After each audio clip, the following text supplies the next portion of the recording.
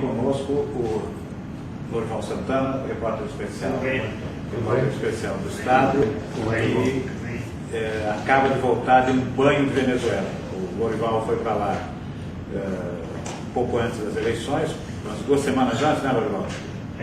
Pelo menos 2 semanas 19, né? O referendo foi dia 2. Então, ele passou a acompanhar o período imediatamente pré-votação, a votação, e ficou lá até recentemente. Estava voltando hoje. Acomodado aí, Lorival, está tudo bem? Tudo bem, estou aqui ajeitando a cadeira, mandando chegar mais perto de você. Que bom.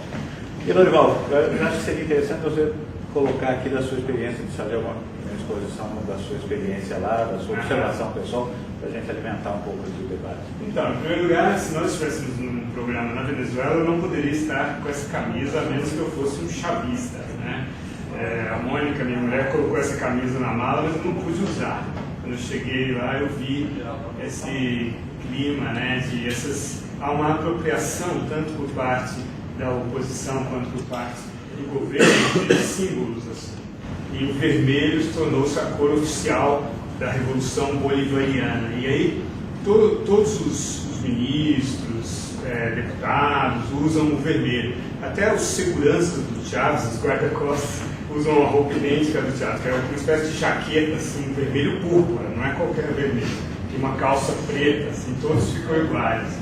Então, isso vai ilustrar um pouco o clima no país, né? Quer dizer, há uma polarização brutal. A oposição usa o azul, né, como e tem dito que a bandeira é tricolor, né? A bandeira da Venezuela é amarela, azul e vermelha. Então eles dizem que a Venezuela não tem uma cor só, não é apenas vermelha, né? Igualmente o cantor Ali Rodrigues, que é o cantor de protesto deles, né, foi apropriado pelo governo, é o Geraldo Vandré deles, né, e toca nos comícios e tal, e aí a oposição toca as músicas da juventude, porque afinal o núcleo, né, o núcleo da oposição é formado por estudantes, universitários e tal, e toca essas músicas que os jovens sul-americanos gostam, né, tipo Maná, aquele grupo mexicano e tal. E eu me pergunto, foi a 3ª vez que eu fui à Venezuela, eu me pergunto até onde vai essa polarização política, né? Eu digo política porque, do ponto de vista social, eu notei uma diferença. Quer dizer, nas 2 vezes anteriores, eu fui no golpe de 2002 e fui na eleição parlamentar de 2005, da qual a oposição se retirou. E desta vez eu percebi que já não há aquela polarização social no sentido de que você vai nos bairros pobres de Caracas e todos apoiam o Chávez. E você vai nos bairros de classe média, classe alta e todos odeiam o Chávez. Nos de classe média e alta todos continuam odiando o Chávez e nos bairros pobres há uma clivagem, quer dizer, já há uma nuance, digamos, não uma clivagem, mas uma nuance. Quer dizer, esse apoio ao governo se torna nuançado, matizado por essa reforma que realmente introduziu conceitos muito radicais, né, do ponto de vista desses povos. Então, uma parte deles se distanciou, votou não, ou por não ter coragem de votar não, já que o presidente Chávez disse que o não era um voto contra ele, simplesmente se abstiveram. Pela primeira vez a abstenção não beneficiou o Chávez, né? Então, mas do ponto de vista político, quer dizer, a polarização é crescente, quer dizer, é brutal a impossibilidade de qualquer diálogo. Eu acho que eu não sigo nenhum país, com exceção de Cuba, com exceção dos países onde a oposição foi de fato aniquilada, né, em que era impossível qualquer possibilidade de diálogo. Até os israelenses e os palestinos se falam, né?